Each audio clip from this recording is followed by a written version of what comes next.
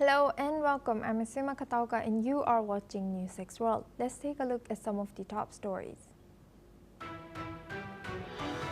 U.S. President Donald Trump has extended the deadline for nations to agree a trade deal or face higher tariffs. Trump has sent 14 letters to nations with some new rates on countries including Japan and South Korea, being met with responses from their leaders. Brazilian President Lula says the world does not want an emperor after Donald Trump's tariff threat. South Africa and Russia have also responded, with the Kremlin saying BRICS is not directed against third countries. Israeli Prime Minister Benjamin Netanyahu has met with the U.S. President Donald Trump at the White House, with Trump saying, "I don't know," when asked about a two-state solution in Gaza. Netanyahu says that Israel has removed tumors of Iran's nuclear and missile threat, but warns monitoring is needed. Meanwhile, Israel's military has said that 5 soldiers have been killed in the Gaza Strip. Amid continued fighting, further deadly strikes are reported by the Gaza Civil Defense, with more than a dozen deaths reported in the enclave. Ukraine reports that 9 people have been killed and over 80 injured in the past day after Russian attacks on the country. President Trump says he will send more weapons to Kyiv, primarily defense assets, to assist in defending Russian strikes. Iran's President Masoud Pezeshkian says that the country is open to dialogue with the U.S. as he claims Israel tried to assassinate him. U.S. Envoy Steve Witkoff confirmed that a U.S.-Iran meeting will take place over Iran's nuclear program. A shipping monitor says that ships in the Red Sea are under continuous attack after the Iran-backed Houthis claimed their first shipping attack in months. Israel has launched its first attack on Houthis in Yemen for weeks, targeting ports and energy infrastructure.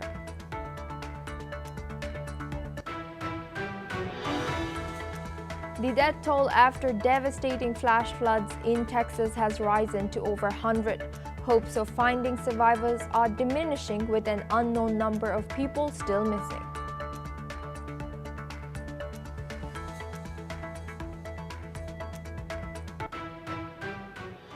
Turkish Foreign Minister Hakan Fidan has said that Russia is ready for a third round of talks in Istanbul and that Turkey is now awaiting a response from Ukraine. Fidan, speaking after the BRICS summit in Brazil, added that Turkey is also prepared to host a leaders' meeting on Ukraine. He noted that the previous 2 hours of talks were successful in facilitating a record exchange of prisoners and the bodies of fallen soldiers, with both sides satisfied on the humanitarian front. According to Fidan, discussions continue on whether a ceasefire should be arranged through a summit or through talks. Now we are joined by guest Professor Veselin Popovsky. He's a professor and vice dean at Jindal Global Law School from South Africa. Thank you, Professor, for joining us today. Welcome to NewsX World. Now, South Korea has said that, Now, Turkey has said that Russia is ready for talks. Do you think that these round of talks are going to have a breakthrough this time, finally? Well, we all hope so, although with certain doubt and skepticism. The previous 2 rounds in Istanbul produced exchange of prisoners of war. I will say a small step, but still good for the families of those who return back home. Although returning prisoners of war is really a minimal achievement. In any wars, any belligerents did that. The worst enemies always exchange prisoners of war. So it's not a very much, if the third round expected next week turns also into just that, just returning prisoners of war, I would be disappointed, but the expectation is the talks will go further into possible ceasefire.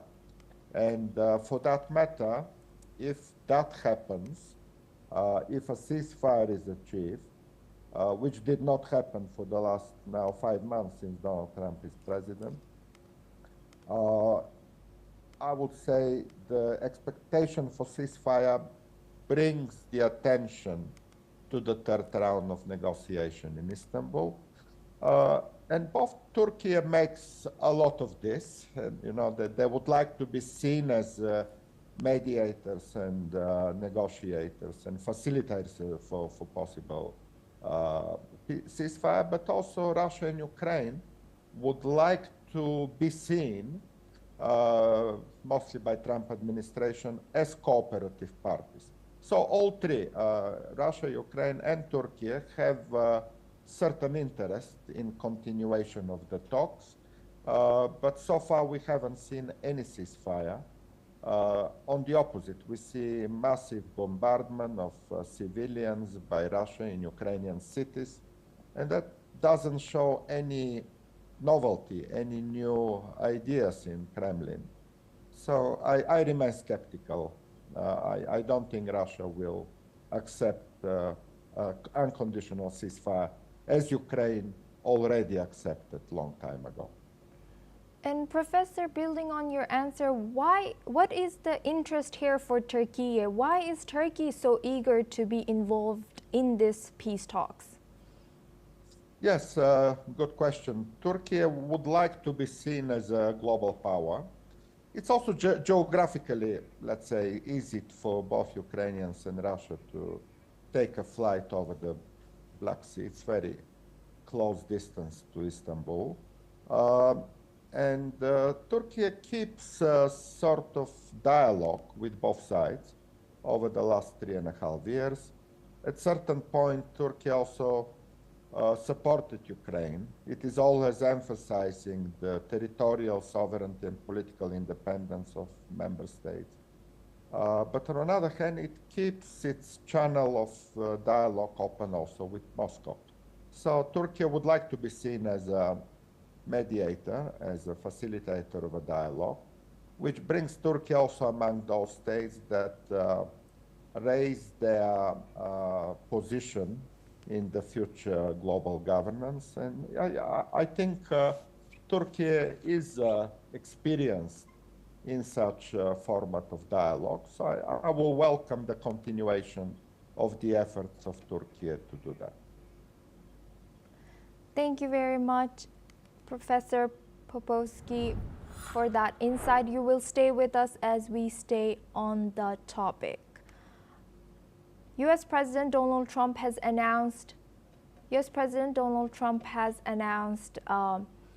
that more American troops are being sent to Ukraine, reversing an earlier decision to temporarily halt supplies. Trump said the new shipments will focus on defense weapons, stressing that Ukraine must be able to protect itself as Russian strikes intensify. The move comes just days after the Pentagon halted certain deliveries, including air defense systems and precision artillery, citing low stockpile levels, but now the Pentagon says it is reassessing those stocks and will move ahead with additional deliveries.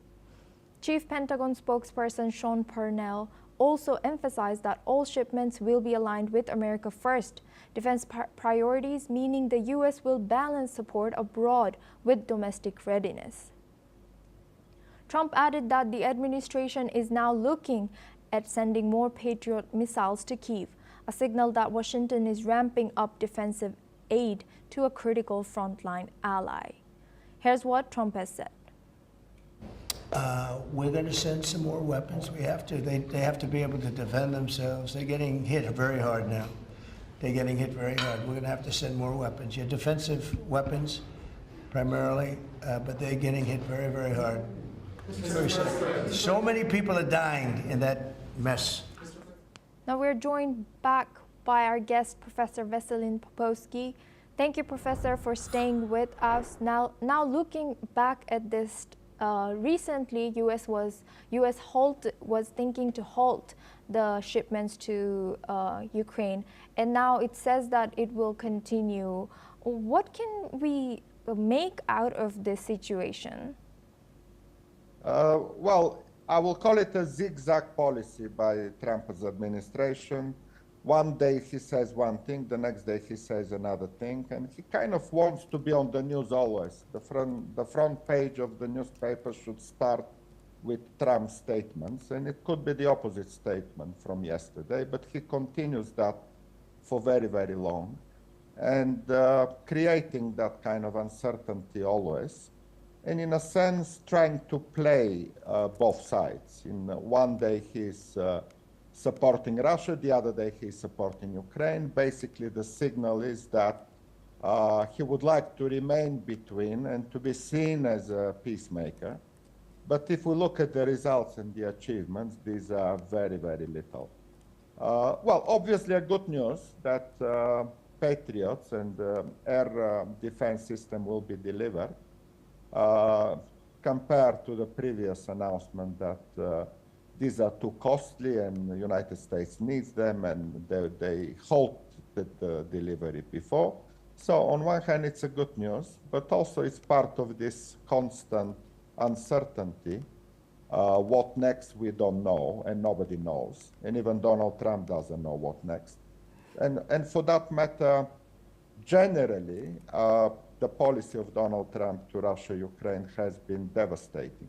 Imagine if Kamala Harris was a president, and over the last 6 months, Ukraine will be strongly supported and Russia will be sanctioned again and again. That will be a very, very different equalization. So again, the Donald Trump approach here doesn't bring much, and he simply wants to be in the media every day, but that means more and more casualties, including civilian casualties, in Ukraine daily or weekly. Thank you. And Professor, how might the delivery of additional defensive weapons, including potentially Patriot missiles, change this balance on the ground in Ukraine? And also maybe, is the ceasefire coming closer by U.S. Aiding continuously, or is it going farther? Yes, Ukraine needs military support, definitely. And not only Patriot system, but many other weapons. So yes, if there is a sufficient delivery of munitions and weapons and air defense system and everything else for Ukraine, that means that the options of Russia to continue the war will be more and more limited, which means that at some point Russia has to accept the ceasefire.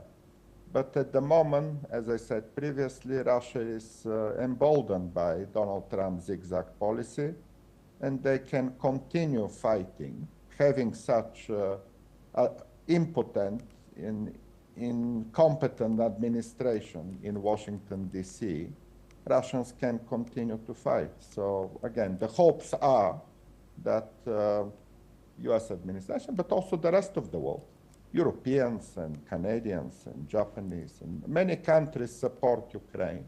And if the rest of the world support Ukraine strongly, that will bring the peace closer. Thank you, Professor, for sharing that insight. You will stay with us as we stay on the region.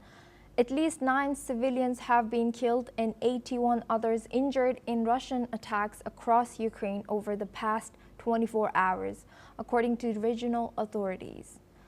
Ukraine's Air Force said Russia launched 54 drones overnight, including Iranian-designed Shahed-type attack drones, along with 4 S-300 and S-400 guided missiles. Air defenses intercepted 34 drones, while 8 others were likely used as radar jamming decoys. 5 locations across the country were struck. The assault was repelled using aircraft electronic warfare, mobile fire groups, and missile defense systems. In Kharkiv Oblast, 1 person was killed and 40 injured, including 3 children, as Kharkiv city and 7 other settlements came under attack. 20 people were injured in Zaporizhzhia Oblast, with damage to at least 64 houses and apartment buildings. In Donetsk Oblast, 3 civilians were killed and 10 injured in separate strikes. 4 people were killed and 4 more injured in Sumy Oblast. In Kherson Oblast, 1 person was killed and 4 others injured in strikes that damaged residential areas and public infrastructure. 3 people were injured in Dnipropetrovsk Oblast in attacks involving first-person view drones. Now we go back to our discussion with Professor Vasilin Popovsky. He's a professor and vice dean at Jindal Global Law School. Thank you, Professor, for staying with us. What does the scale and sophistication of the recent Russian drone and missile attacks, and also involving Iranian-made missiles, tell us about the evolving nature of this conflict?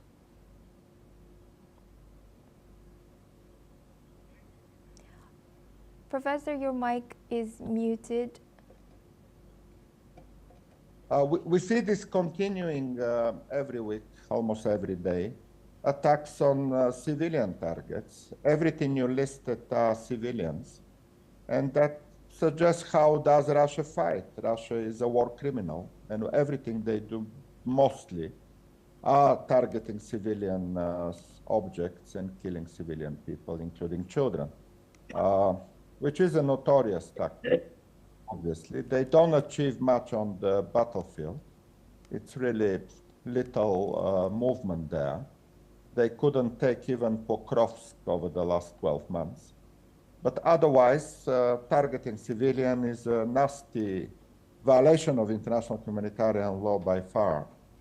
And that's what Russia does. They would like to kind of demoralize the Ukrainians, continuing those strikes on civilian targets. Yes, and they do this also with support from Iran and North Korea. You mentioned drones. North Korea also supplies certain munitions, including soldiers. So these are the friends of Russia, Iran and North Korea, nobody else. And they rely on those two dictatorial regimes to support them in the war against Ukraine. But again, as I mentioned earlier, there is one way out of this. The rest of the world is united in support of Ukraine. Russia has only those Iranians and North Koreans left as some sort of friends and military allies. So sooner or later, those options of Russia will be more and more minimal. And the end game should be soon in terms of putting Russia into the corner to accept the ceasefire and to withdraw its troops from the occupied territories. But for that matter, as again we mentioned earlier, the United States administration is not helping for that outcome. And kind of the presence of Donald Trump in the White House in Washington is the last good news for Putin. If he was not there, Putin would have surrendered by now. But Donald Trump keeps Putin alive, and that's the sad story in Ukraine. Thank you very much, Professor Vasilin Popovsky, for joining us and sharing that insight all the way from Pretoria, South Africa.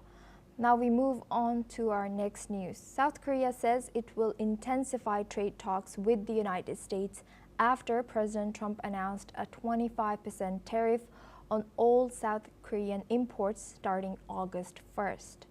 The move follows a letter Trump sent to Seoul and other partners marking the first major trade test for President Lee Jae-myung, who took office just a month ago. Trump's letter called the U.S.-South Korea trade relationship far from reciprocal, urging Seoul to open its markets. U.S. Secretary of State Marco Rubio said the new deadline extends a prior July 9 cutoff, giving room for talks to continue. South Korea's trade ministry said it will use this period to pursue a mutually beneficial deal and adjust domestic policies to address its $55 billion trade surplus with the U.S. Trade envoys from both sides have begun high-level negotiations. Seoul is seeking exemptions on auto and steel duties, similar to deals made with Britain. A Lee-Trump summit is also being considered to advance talks, with markets responding positively to the chance of breakthrough. Now we're joined by our guest, Peter Cordillo. He's a chief market economist at Spartan Capital Securities, joining us live from New York. Thank you for joining us today. Good to see you. Given South Korea's $55 billion trade surplus with the U.S., what are the key factors behind the U.S. decision to impose a 25% tariff, according to you? Well, I think, President Trump is trying to conclude these trade deals, and so far they haven't been all that successful.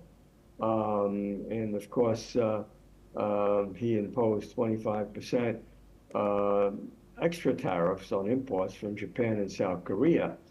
And I say that they weren't successful because back in the early stages, when President Trump announced the trade war, Japan tried to get very close to President Trump and basically had agreed to invest over $1 trillion in the United States, and that sort of basically give Trump a good start with relationships with Japan, and basically said that a deal was imminent. But apparently that promise never came to fruition, or it might have been placed on the sidelines.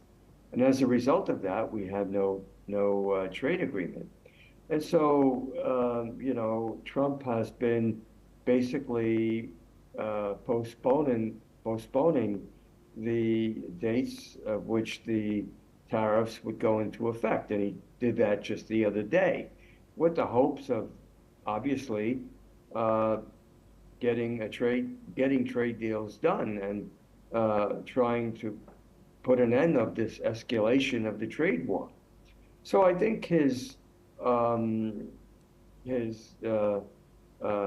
tough talk, his rhetoric, is trying to force nations in concluding with trade deals. Now, the question is, will that happen? I kind of think it will, and I don't think that the United States is going to obtain exactly what they want, nor will foreign countries obtain what they want. So some sort of a medium accords are probably likable before this new deadline. And so in the meantime, the escalation of a harsh stand, of imposing even greater trade restrictions are going to, I think, facilitate this talk. Hopefully they will, so that we can at least see the trade war escalation come to an end. And of course, then just wait and see what the consequences of these higher tariffs mean in terms of inflation in the United States and in terms of economic activity throughout the globe. And Peter, now looking at a broader lens, how do these intensified trade talks reflect broader trends between U.S. and Asia trade relations? And what might this mean for future trade agreements or tensions between U.S. and the region? Well, like I said, these threats by Trump are probably going to be softened as we go by, but of course that means that Asia has to come up with some sort of terms. And of course, we've heard from China just within the past 24 hours wanting Trump, and I think that this rhetoric will continue. But I believe that trade deals will be made. And We saw that with Vietnam. So maybe now Japan and South Korea will be the next to put forth some sort of a plan that might be acceptable to the United States. And we have kind of maybe just assuming here at this point, but what role could a summit between President Lee Jae-myung and Donald Trump play in resolving this trade dispute? And what outcomes maybe can we expect from? Well, look, it depends, and if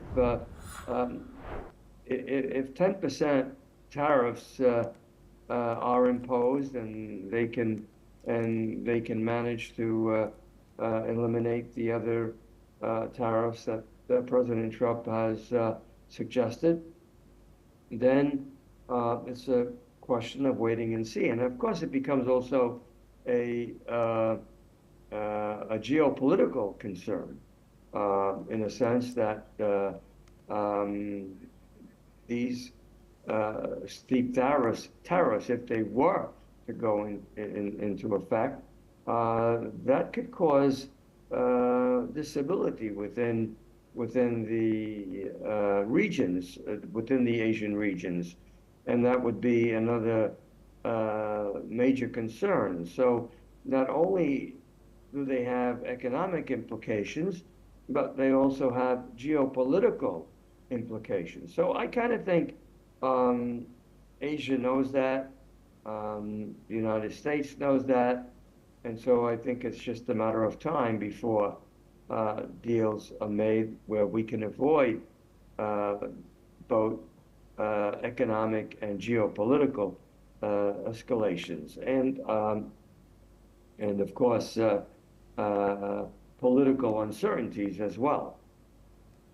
Thank you very much, Peter Cordillo, for joining us and sharing your insight as a chief market economist at Spartan Capital Securities. Now we move on to our next news. U.S. President Donald Trump, while hosting Israeli Prime Minister Benjamin Netanyahu at the White House, indicated progress on a reportedly controversial effort to relocate Palestinians out of Gaza Strip. Speaking to reporters at the beginning of a dinner between U.S. and Israeli officials, Netanyahu said that the United States and Israel are working with other countries who would give Palestinians a better future, suggesting that the residents of Gaza could move to neighboring nations. Netanyahu also called Trump's vision a free choice, where Palestinians could remain where they are or relocate if they wished.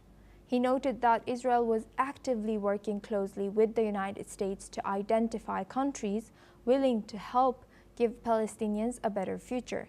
He also said that they are getting close to finding several such countries. Let's take a look at what the United States President and the Israeli Prime Minister had to say. I think President Trump had a brilliant vision. It's called free choice. If people want to stay, they can stay. But if they want to leave, they should be able to leave. It shouldn't be a prison. It should be an open place and give people a free choice. We're working with the United States very closely about finding countries that will seek to realize what they always say, that they want to give the Palestinians a better future. And those who, and I think we're getting close to finding several countries, and I think this will give, again, the freedom to choose. Palestinians should have it, and I hope that we can secure it close by. And we've had great cooperation from meetings surrounding Israel, surrounding countries, great cooperation from every single one of them. So something good will happen. This comes after Netanyahu said that he wanted peace with Palestinians but described any future independent state as a platform to destroy Israel, and for that reason, he said the sovereign power of security must remain with Israel. Moreover, when asked about the possibility of a two-state solution, Trump expressed uncertainty and directed the question to Netanyahu. In response, Netanyahu stated that while Palestinians should have the authority to govern themselves, Israel would retain control over key security matters, ensuring that no threats could arise from Palestinian governance. Meanwhile, U.S. Special Envoy to the Middle East, Steve Witkoff, has said that regarding the Gaza ceasefire talks that there is finally an opportunity to get a peace deal.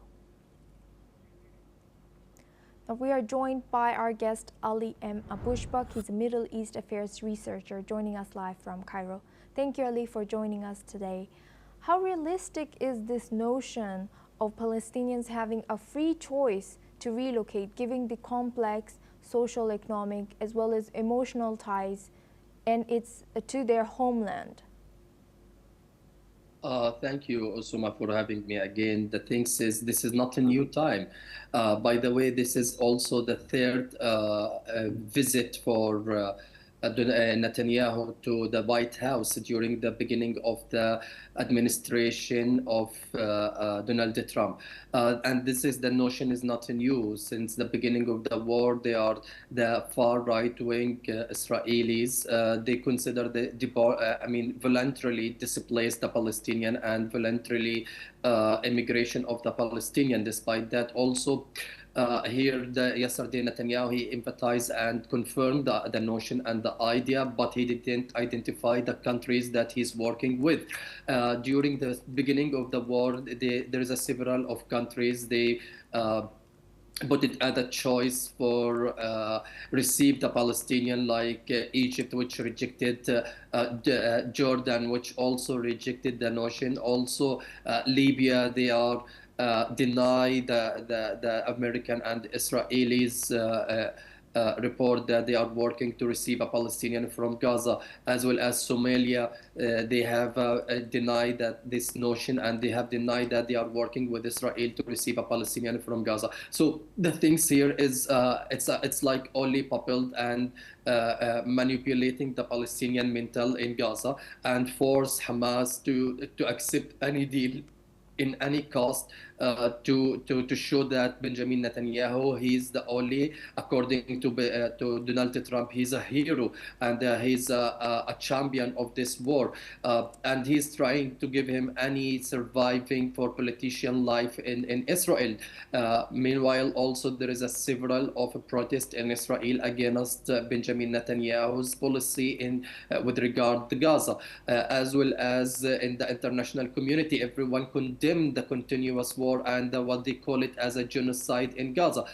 Also on the ground, we have witnessed the last week there is a several of a protest against, in the international community and international countries like German, like UK, Spain. There are several of hundreds of people, they participate in protest against the war in Gaza, and they call it as a genocide and war crime. So the thing is, the voluntarily displaced the Palestinian, I guess this notion is a sarcastic notion. Palestinian since the 1948, they are tithing their land, and they didn't leave, despite also in Gaza there is a blockaded for more than 17 years, and there is a restriction of the mobility and moving. The Palestinian is still living in Gaza. I talked to several of people in Gaza, despite that they have a pain, despite what is happening in Gaza,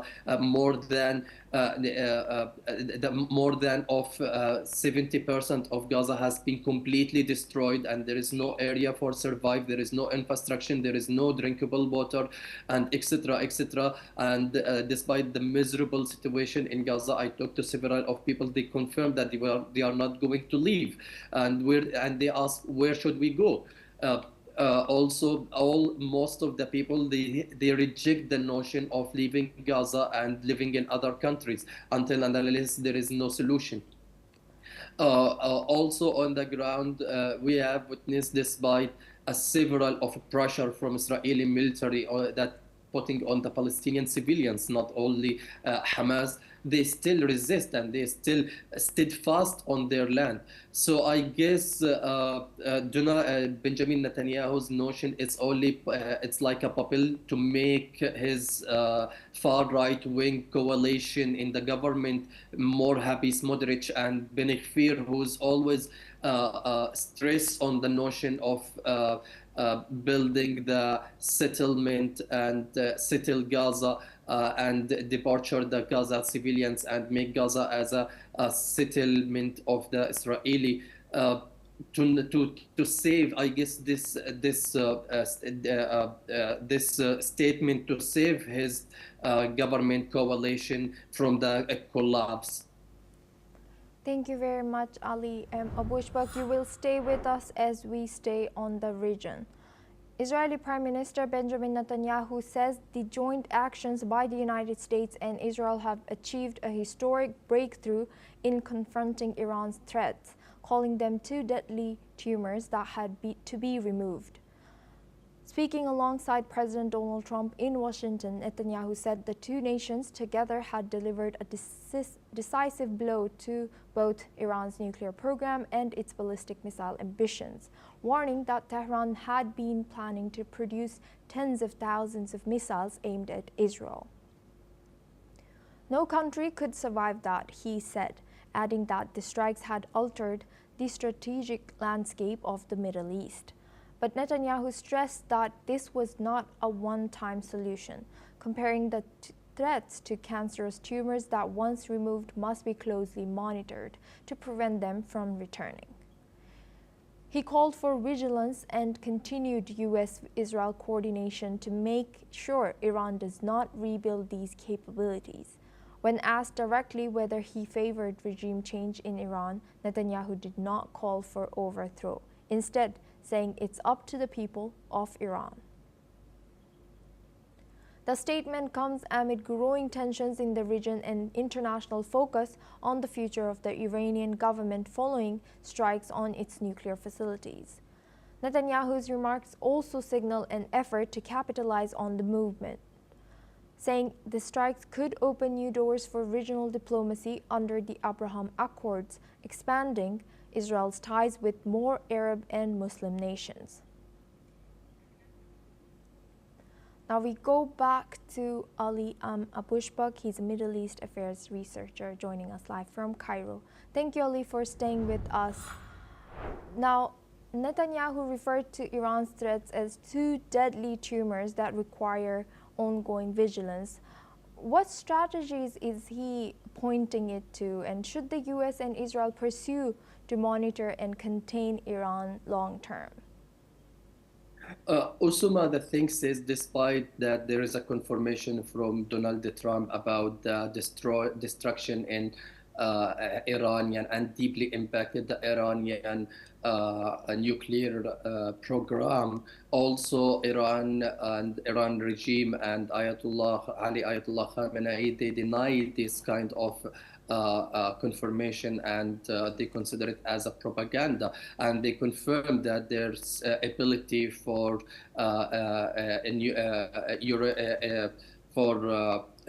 enrichment for about uranium enrichment. They said they still have this kind of enrichment, and the thing is, on the ground there is no confirmation about it. Despite also there is a several of Israeli cooperation and facilities from Iran.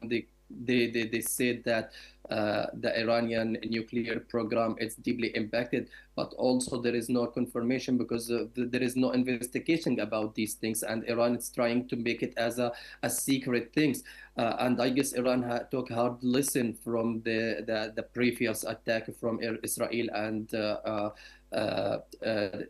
Israel and America. So the thing is, what he's trying, Benjamin Netanyahu, he's trying to be, make Israel amplifying the power of Israel in the region and the area to make a several of Arab area and Arab countries to join in the normalization, the relation between Israel and them. So what he's trying to show, he's trying to be as a dog watch in the area that has been backed by America and somewhat Western countries who support them by weapon. So also Benjamin Netanyahu is trying to sell a mirage on this for the Israeli community that they are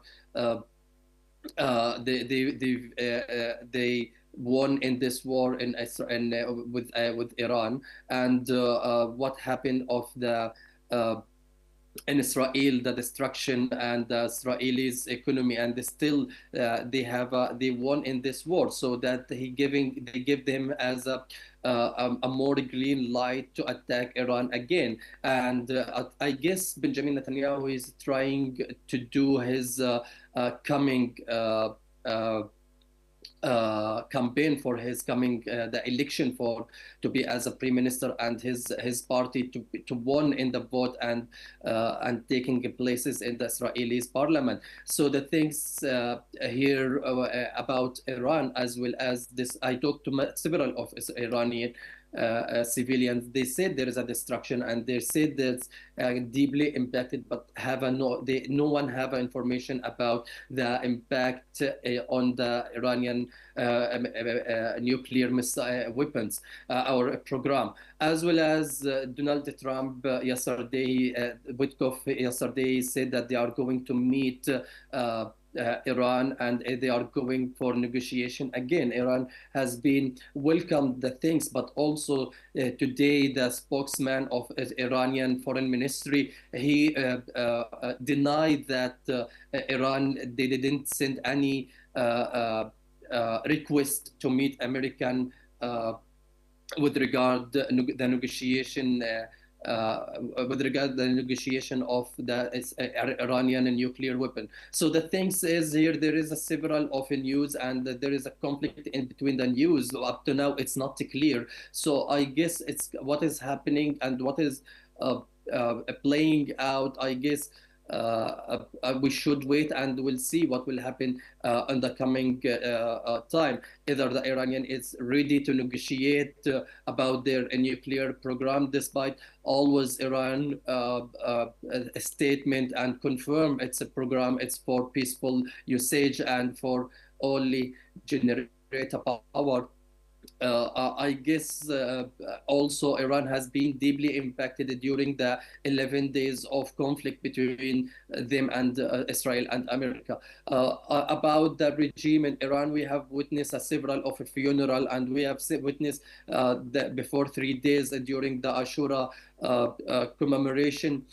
Several of civilians have been supported the supreme leader of Iran, Ayatollah al-Khomeini, and as a people, I guess they are backing the regime against the Israelis attack. And I guess if the person, if we look about the psychological of Iranian people, they are deeply resisting. So, and there is a several of example like the war between Iran and Ali, Iraq. thank you very much. I'll have to cut you off over here, as you will stay with us as we move on to our next news. A cargo ship in the Red Sea is under continuous attack, according to a maritime monitor. The United Kingdom Maritime Trade Operations, also known as UKMTO, confirms the vessel was struck by 5 rocket grenades. The attack took place 51 nautical miles west of Yemen's Hodeidah. UKMTO says the ship sustained significant damage and lost all propulsion. The vessel is now drifting and surrounded by small craft. The assault began Monday and is still ongoing. Authorities are investigating the condition of the crew is still unknown. Regional naval forces have been alerted. Security teams are monitoring the situation closely. Now we go back to our discussion with guest Ali M. Abushbak. Ali, thank you for staying with us. What do we know so far about this nature and source of this attack on the cargo ship near Yemen, and who might it be behind it? Also, there is no doubt about Ansarullah al-Houthi, the a militant group backed by Iran, and they were clear about they are not letting any ship enter the Red Sea that it's heading to Israel, as their support and taking a stand with the Palestinian who's suffering from the Israelis war for more than 600 days. So I guess Ansarullah al-Houthi, the only people who's responsible about this targeting of the ship in the Red Sea. On one hand, on other hand, as well as despite also Ansarullah al-Houthi, they didn't confirm and they didn't release a statement that showing their responsibility. But I guess also Ansarullah al-Houthi was the only responsible about such kind of attacks. And we have several of example that Ansarullah al-Houthi has been attacking several of ship that trying to pass the Red Sea, heading to Israel or to other country, as their stand and support for Palestinians in Gaza, as well as despite it's worth mentioning that there is an agreement between Ansarullah al-Houthi and American that they are not going to targeting any American ship or any American interest in the region. So I guess there is no doubt about it. Thank you very much, Ali M. Bushbuk, for staying with us and sharing that insight all the way through the news.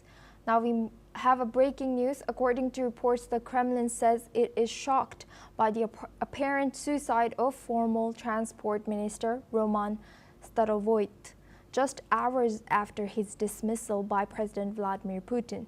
Kremlin spokesman Dmitry Peskov confirmed that Putin had been briefed on the incident. Russian news agencies reported Starovoyt's body was found shortly after his removal from office, in a case that has stunned Moscow's political circles. Now we're joined by Joshua Barnes. He's a correspondent at NewsX World for this breaking news. Joshua, what more can you tell us about the coming breaking news? Assuming this statement was expected, of course, the timing of this minister's apparent suicide has been questioned just hours after he was fired from his role.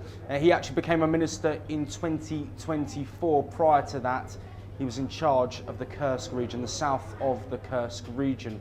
Now, some reports coming from the Kremlin suggest that trust was lost, and that was the reason for his firing. Of course, there is a discontent within the Russian government over the Kursk incursion that Ukraine did as well. Now, there's no evidence to suggest that these are linked. Officials say that it is suicide, and that is the angle that we are looking at. But of course, the timing has been questioned, given the suicide, the apparent suicide, was just hours after the firing. Thank you, Joshua. You will stay with us as we have another breaking news. The Kremlin says it appreciates U.S. President Donald Trump's efforts to initiate direct talks between Russia and Ukraine, but voiced concerns over what it calls contradictory statements from Washington. This follows Trump's recent pledge to send more weapons to Kyiv. Russian officials say such military aid only prolongs the conflict and add that it will take time to clarify the type and quantity of the arms the U.S. is providing. Moscow continues to stress that a diplomatic path remains preferable.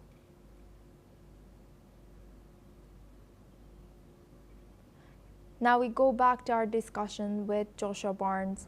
Joshua, what more can you tell us about the breaking news that had just come in? Well, yes, Asuma, like the previous statement, this one is expected rhetoric that we've heard from Russia throughout recent months of the conflict. Of course, all the weapons that Ukraine received from their Western allies directly, in Russia's eyes, extending this conflict. The Kremlin see that Russia are in front. They're making gains, reporting to make gains regularly, at least semi-regularly, in the eastern parts of Ukraine. Also strikes ongoing.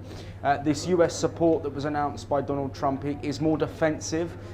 So the US is looking at this as a way of Ukraine protecting themselves against Russian offensive strikes deeper into Ukraine. So there is some interest in the comment that Russia has made. I don't know if those defensive units will have any direct impact on the length of the conflict. I think, to be honest, this is a situation of Russia posturing in the midst of lack of progress over a potential ceasefire. Experts we've had on this program suggest that Russia want to continue advancing and strengthening their hand before agreeing to a ceasefire.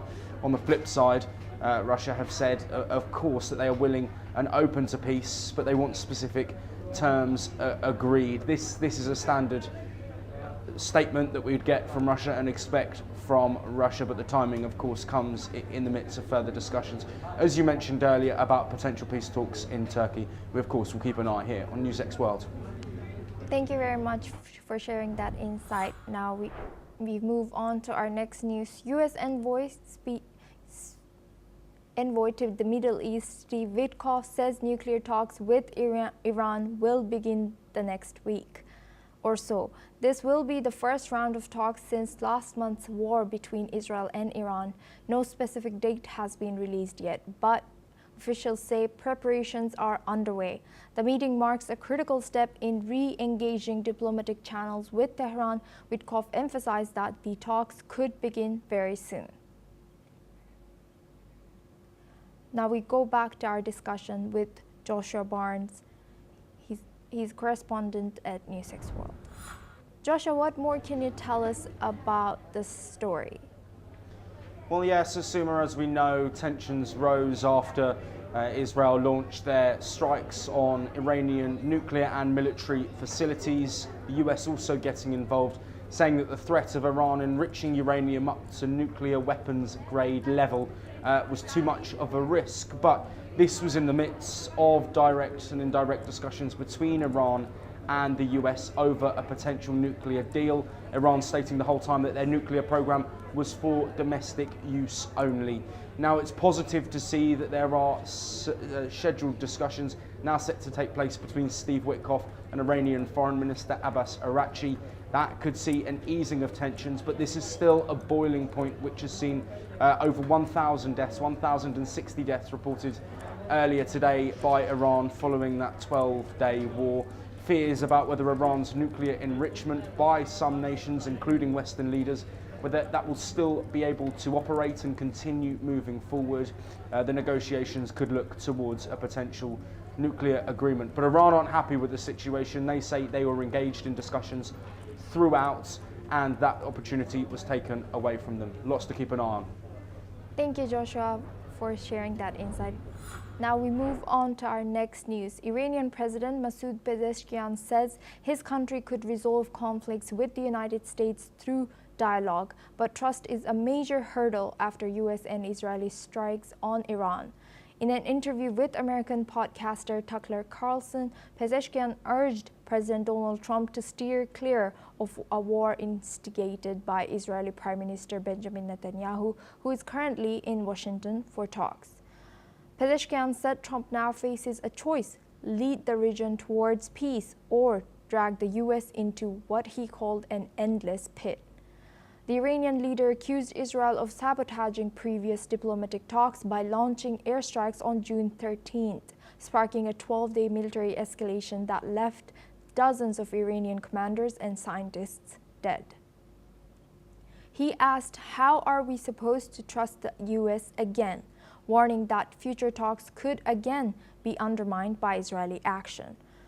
Pezeshkian went further, claiming Israel had even attempted to assassinate him, but failed. Israel has not responded to this allegation. Let's listen in to his interview with conservative U.S. podcaster Tucker Carlson. Do you believe the Israeli government tried to assassinate you? They did try, yes. And they acted accordingly, but they failed. How are you certain they tried to kill you? Of course, it was not the U.S. that was behind the attempt on my life. It was Israel. I was in a meeting. We were discussing the ways to move forward. but thanks to the intelligence by the spies that they had, they tried to bombard the area that we were holding that meeting. How can we know for sure that in the middle of the talks, the Israeli regime will not be given the permission again to attack us? Once again, I would like to tell you that it is Israel that does not want such things to happen in the region. Israel does not want to see peace and tranquility in the region. But I would like to... Now let's take a look at some stories from the world of sports. Grigor Dimitrov withdrew from his fourth-round match at Wimbledon after suffering a right pectoral injury while leading world #1 Jannik Sinner. Dimitrov was up 2-0 when he went down midway through the third set. After medical treatment, he retired from the match. Sinner advanced to the quarterfinals for the second time at SW19. He's also undergoing an MRI on an elbow issue that flared earlier in the match. Dimitrov had previously retired from the Australian and French Opens with injury. Ryan Mulder put team over records in South Africa's dominant test against Zimbabwe. The stand-in skipper smashed an unbeaten 367 but declared the innings just 33 runs shy of Brian Lara's 400. Mulder said coach Shukri Conrad advised him to let the legends keep the big scores.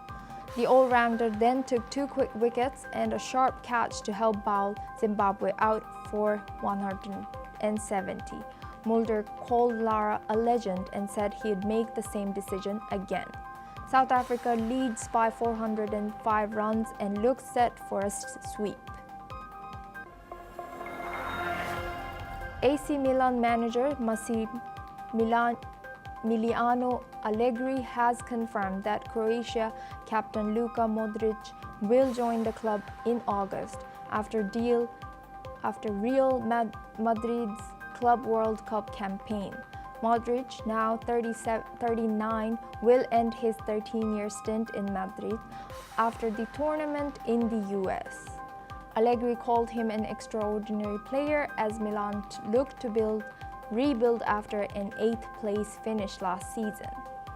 The 2018 Ballon d'Or winner hopes to remain at the top level to boost his 2026 World Cup hopes.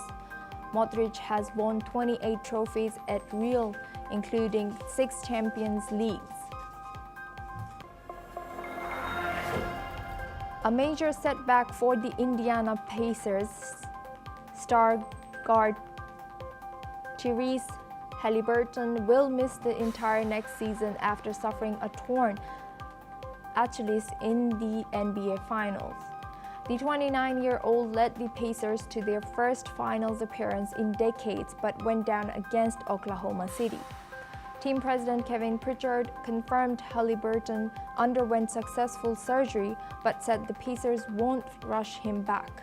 He averaged 18.6 points and 9.2 assists last season, delivering clutch plays throughout the Eastern Conference playoffs. Indiana fans now look to 2026, hoping their superstar returns even stronger.